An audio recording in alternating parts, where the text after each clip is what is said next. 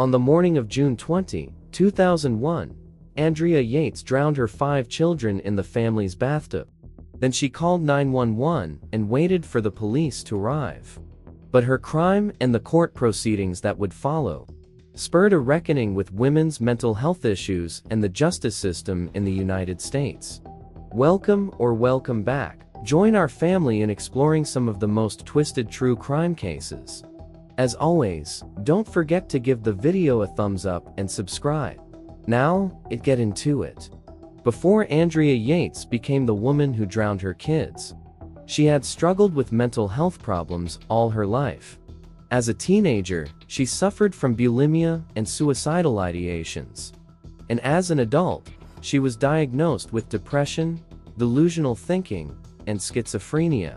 Still, she lived a relatively stable, simple, and devoutly religious life, with her husband Russell and their family in a Houston suburb.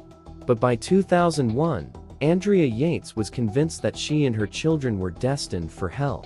Andrea's psychosis, fueled by the biblical teachings of a family friend, led her to believe the only way to save her children and prevent Satan from returning to Earth was by killing them and being executed for the crime. Born Andrea Pia Kennedy on July 2, 1964, in Houston, Texas, Andrea thrived at Milby High School. She was valedictorian, a member of the National Honor Society, and the swim team captain.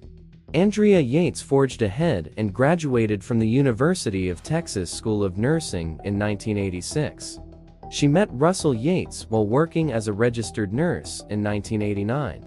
Both 25 years old and religious, they moved in together shortly after and married on April 17, 1993.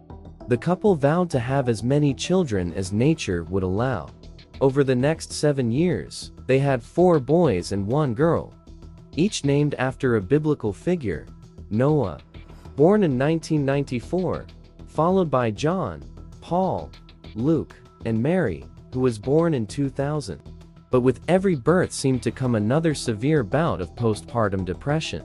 By the time Mary was born, however, Andrea Yates had already become dangerously influenced by the religious teachings of Michael Woronitsky. Russell Yates had met Woronitsky in college.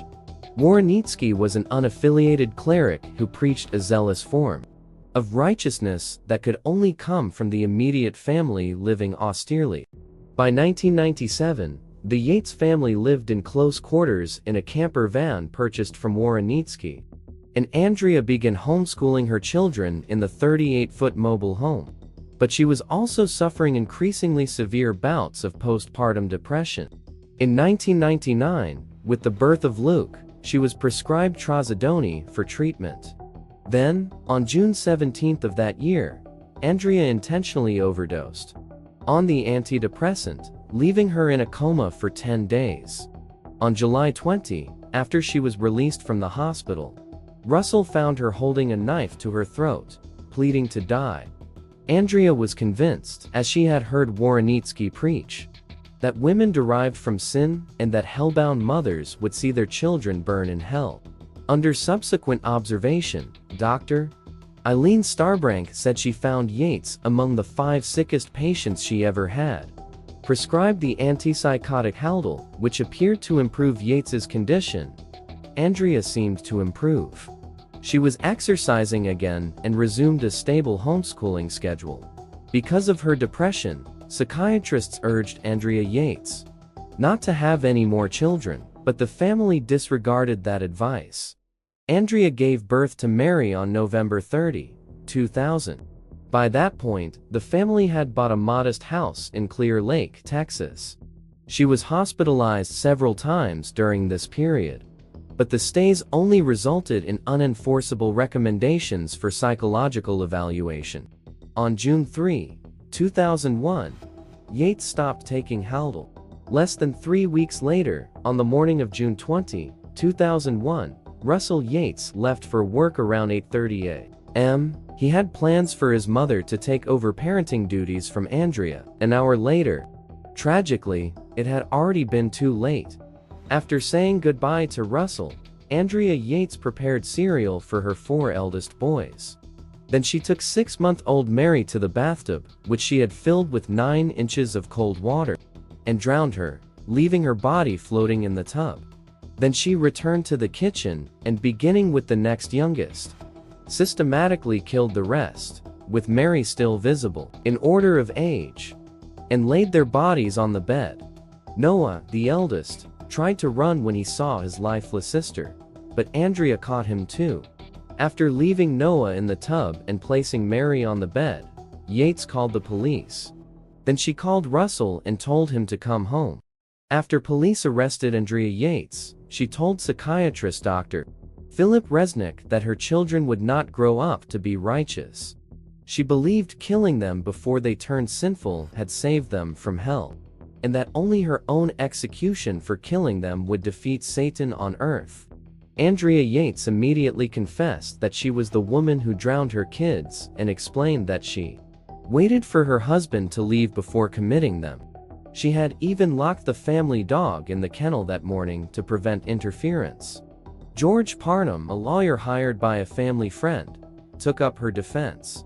The 3-week trial in 2002 saw Yates' attorneys mount an insanity defense to save her from execution. Under Texas law, however, this required the subject to prove they were incapable of telling right from wrong. With her failure to do so, a guilty verdict of capital murder was issued. While prosecutor Kaylin Williford sought the death penalty, jurors were unconvinced that Yates met that criterion. They sentenced the woman who drowned her kids to life in prison with parole eligibility in 2041. In 2005, however, an appeals court discovered that false testimony by an expert for the prosecution had tainted the 2002 trial. Jurors had been told that Yates had likely seen an episode of Law and Order in which a mother who drowned her children was found not guilty by claiming insanity, but no such episode existed. As a result, Yates earned a new trial, where she was declared not guilty by reason of insanity. She was sentenced to remediation in the Kerrville State Hospital, a low-security mental health facility in Texas, which one of her lawyers described as a watershed event in the treatment of mental illness. To this day, her release comes up for review every year, and each year, Andrea Yates waives that right. Texas law dictates that the court has jurisdiction for as long as her prison sentence would have been. In Andrea's case, that is the rest of her life. We've come to the end. Thank you for watching. Don't forget to give the video a thumbs up and subscribe. Till next time.